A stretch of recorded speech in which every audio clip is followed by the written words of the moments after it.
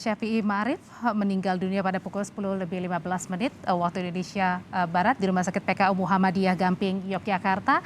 Tidak hanya keluarga, tentu ada kerabat juga yang datang ke rumah sakit dan nanti akan setelah dari Rumah Sakit PKU Muhammadiyah Gamping, Yogyakarta, rencananya jenazah akan dibawa ke Masjid Gede Kauman untuk disemayamkan di Masjid Gede hingga Bagda Asyar.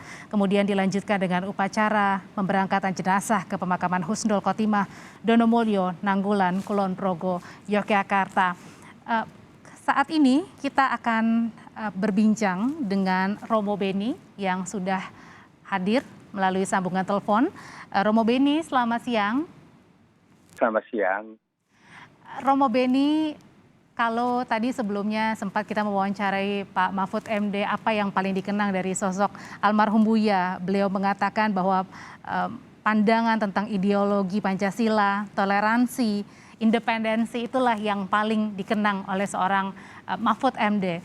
Kalau dari Romo Beni sendiri, pemahaman apa, buah pikir apa yang kemudian Romo Beni selalu ingat ketika mengenang sosok Buya? Ya, kalau saya mengenang beliau itu kan seorang negarawan ya. Artinya bagi beliau adalah selalu dia mengingatkan saya aplikasi sila kelima keadilan sosial itu. Saya selalu mengatakan kita akan gagal kalau kita tidak bisa mewujudkan sila kelima keadilan sosial itu. Maka dia berharap waktu di PBB jangan sampai kita gagal untuk itu. Dan dia tidak mau kegagalan itu terjadi lagi. Jadi dia selalu punya concern luar biasa tentang keadilan sosial itu dan bagaimana memajukan bangsa ini.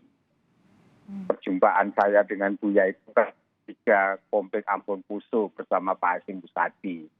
Sehingga Buya itu memang orang yang menurut saya konsisten. Konsisten, orang yang memiliki jiwa yang tulus untuk bangsa dan negara. Dan dia selalu resah kalau ada persoalan-persoalan ketidakadilan sosial itu.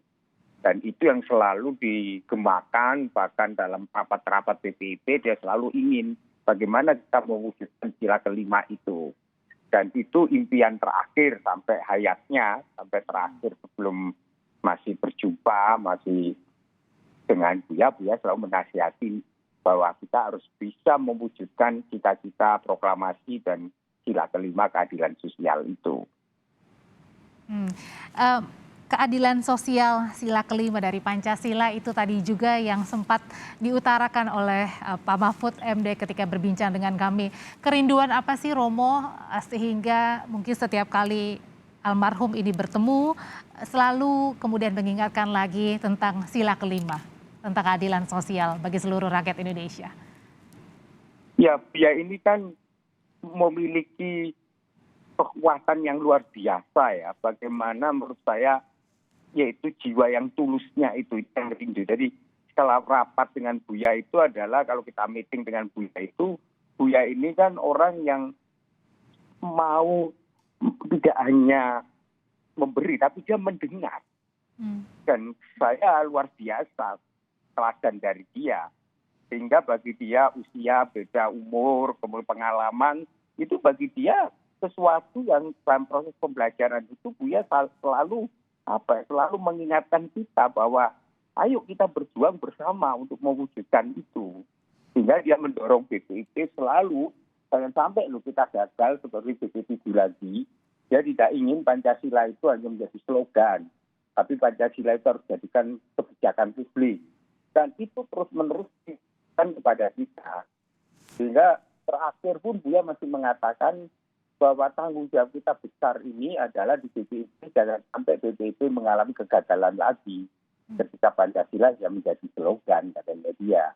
Maka dia berharap BPIP itu sebagai lembaga yang kredibel, tapi lembaga yang mampu mengakomodir nilai Pancasila, yaitu mendorong perubahan kebijakan yang bertentangan dengan Pancasila, termasuk persoalan yang selalu dia kemukakan adalah masalah kesenjangan sosial itu yang harus segera diatasi. Buya itu orang yang saya jiwanya jujur. Dia mengatakan sebuah kebenaran dan tidak punya interest kekuasaan politik. Tetapi yang ada adalah ketulusan untuk bangsa dan negara. Maka tulisan-tulisan beliau selalu mengingatkan tentang bagaimana menjaga keutuhan hidup berbangsa itu hanya terjadi kalau ada perwujudan nilai-nilai Pancasila dalam kehidupan bersama ini. Hmm. Kalau tentang tadi Romo mengatakan bahwa beliau ini tidak tertarik dalam dunia politik ya, makanya beliau juga sempat menolak begitu ya beberapa tawaran dari presiden, salah satunya One Team Press begitu. Nah, tapi kalau berbicara atau Sejak awal ditanyakan tentang dia memang tidak mau, dia tidak tertarik dengan kekuasaan politik dia sejak awal. Dan ketika BPIP pun Buya sebenarnya juga kita bujuk beramai-ramai karena kita butuh sosok dia. Dan Buya waktu itu oke, tetapi dengan syarat dia mengatakan bahwa dia membimbing kita semua. Sehingga dalam banyak pergolakan itu Buya itu memberikan satu menurut saya sebuah insight pencerahan, bahkan memberi pengarahan kita bagaimana BPIP secara efektif untuk mewujudkan nilai-nilai Pancasila itu. Maka waktu itu berkali-kali kita didorong untuk mewujudkan sila kelima itu. BPIP diharapkan membuat semacam terobosan-terobosan. Bahkan BPIP juga diminta bagaimana itu bisa segera terwujud.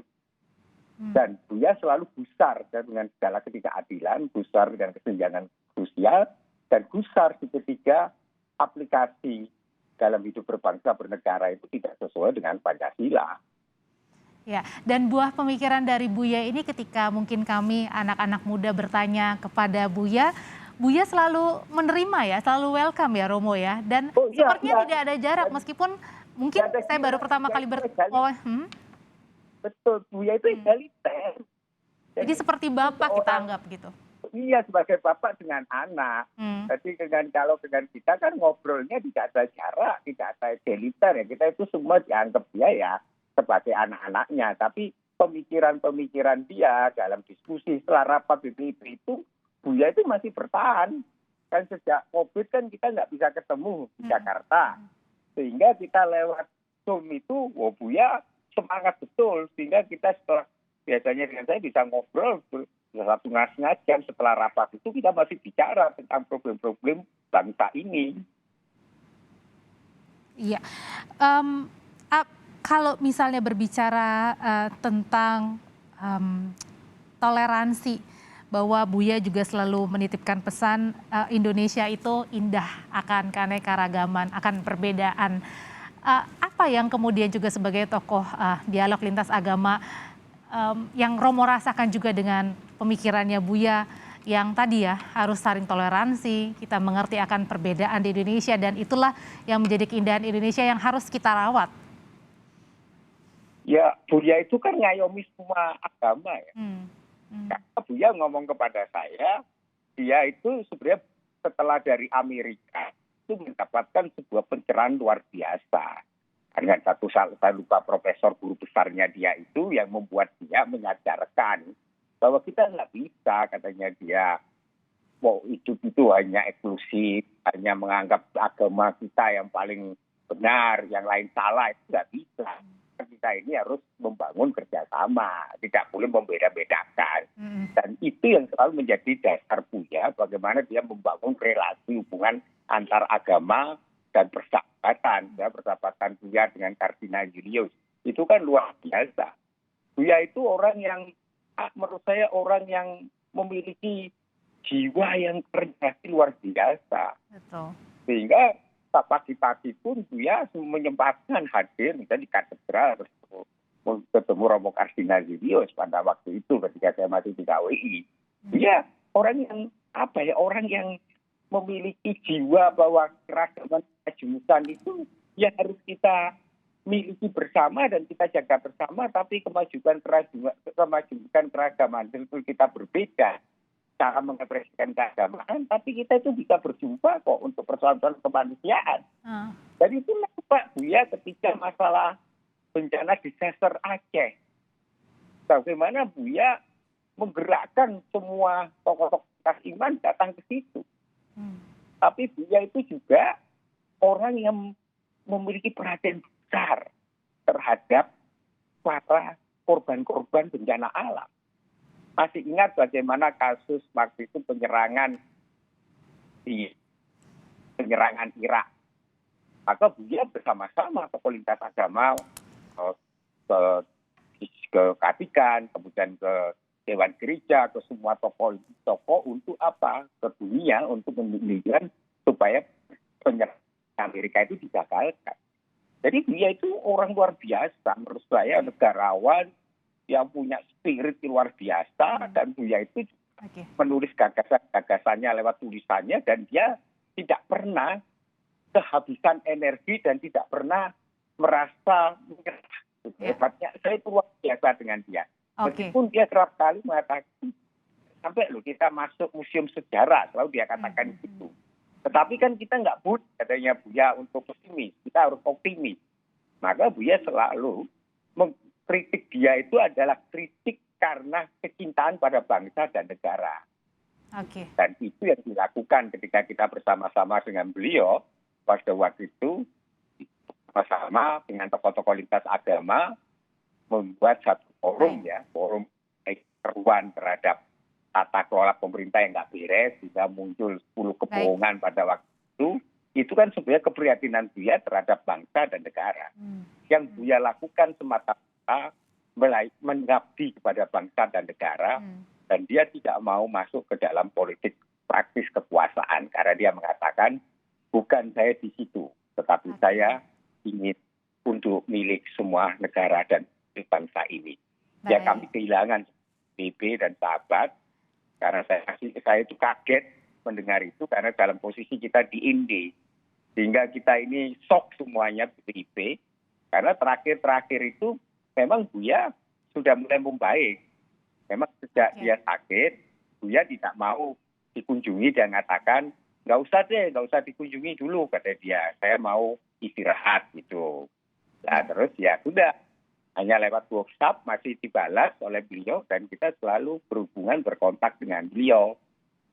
Oke, baik. Memiliki jiwa yang tulus dan juga tidak berjarak dengan yang muda, itulah yang dikenang oleh Romo Bedi Susetio, tokoh dialog lintas agama terhadap almarhum Buya Syafi'i Ma'arif. Terima kasih Romo Bedi. Saudara, perjuangan Ahmad Syafi'i Ma'arif dalam membela keadilan masyarakat yang tadi selalu dititipkan pesannya bahwa selalu menegakkan Pancasila, sila kelima keadilan sosial ya, termasuk soal pemberantasan korupsi, ini juga diakui oleh Menteri Koordinator Bidang Politik Hukum dan Keamanan Mahfud MD. Mahfud menilai Syafi'i adalah tokoh sejati, membela masyarakat, bukan orang yang ingin jabatan.